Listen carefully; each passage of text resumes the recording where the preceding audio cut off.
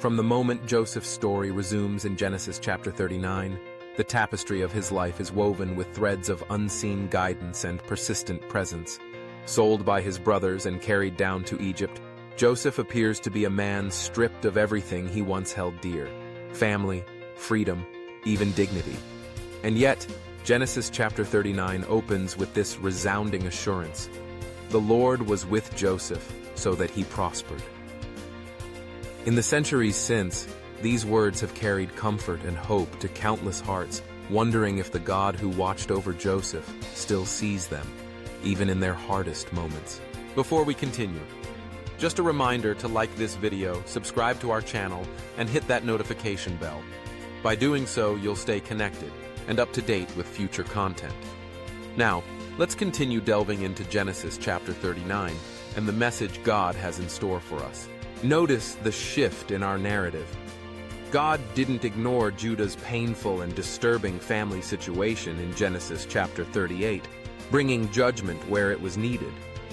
But Joesph, too, finds himself at fate's mercy. And yet, God's hand is never withdrawn. Instead of neglect or abandonment, God's presence with Joesph leads to a meteoric rise. Though Joesph arrives in Egypt as a slave, verse by verse, he is raised up, trusted, honored, and made overseer of everything in Potiphar's house. This isn't simply human luck. Genesis chapter 39 verses 3-4 records that Potiphar saw that the Lord was with him and that the Lord gave Joesph success in everything he did.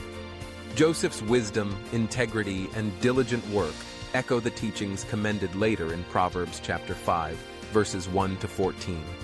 The path of the upright is covered in God's favor. Potiphar, a man who worshipped other gods, recognizes this blessing is extraordinary.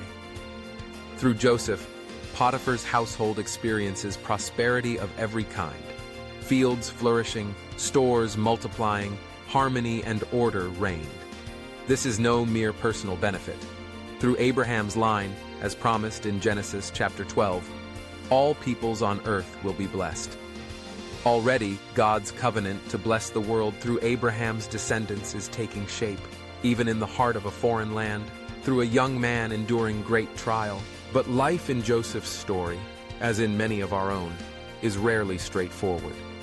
Faithfulness leads, unexpectedly, to hardship.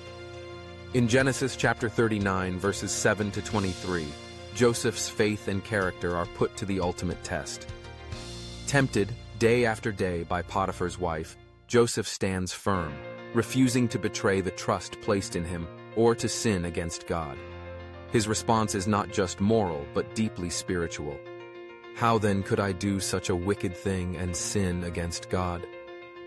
Like the wise young man in Proverbs chapter 5, Joesph is neither enticed nor fooled by the fleeting pleasures of sin.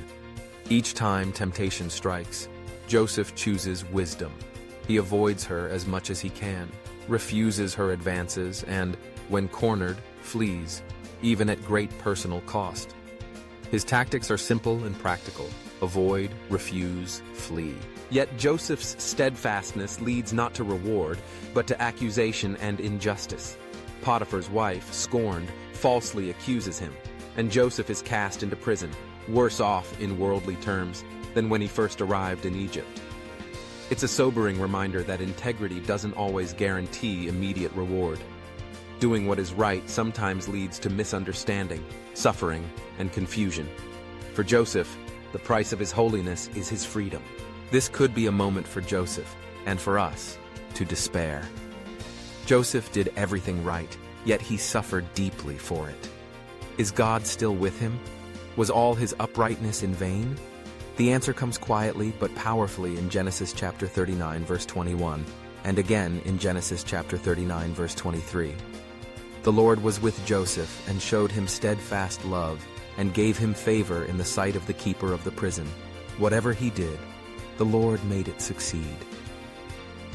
Though the world turned its back on Joesph, God's presence did not leave him, not in slavery, not in temptation, not even in the darkness of a prison cell. Here is an invitation for all who follow in Joseph's steps. Temptation will come, persistent and persuasive, sometimes from sources close to us or when we feel most alone. Joseph's pattern is instructive. He avoided the source as much as possible, actively refused sin, and this is key, when all options were exhausted, he fled temptation's presence entirely, even leaving his cloak behind. This is not cowardice, but wisdom. Does the text ever suggest Joseph was to blame for his situation, as though he foolishly brought temptation nearer to himself? Genesis chapter 39 verse 10 makes it clear he refused her day after day and did not listen to her or be with her. Joseph's choices, as far as they could be, were above reproach.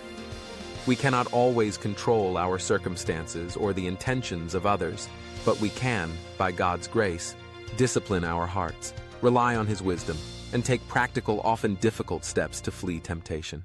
What stands at the heart of this story is not Joseph's virtue alone, but God's faithfulness. God's plan to bring blessing to the world through Abraham's family marches forward, through hardship and injustice, just as surely as through prosperity. For Joseph, God's presence is both shield and guide, not sparing him from suffering, but never leaving him within it. The Lord is with Joseph, providing favor, wisdom, and peace that no circumstance can take away. In our lives, we must remember that uprightness does not guarantee human reward. We may be misunderstood, rejected, or even suffer for doing what is right. But the God who was with Joseph is the same God who is with us. His presence does not promise an easy journey, but it assures us we will never walk alone.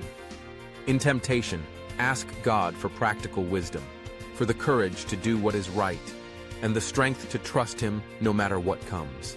Like Joseph, may we live each day aware that the Lord is truly, deeply, and unfailingly with His people, for their good and for the blessing of the world. If this message resonates with you, take a moment to praise our Lord. Type, "Glory to Yahweh," in the comments as a declaration of praise and glory to our Father for His infinite love, mercy, and patience for us. God bless you.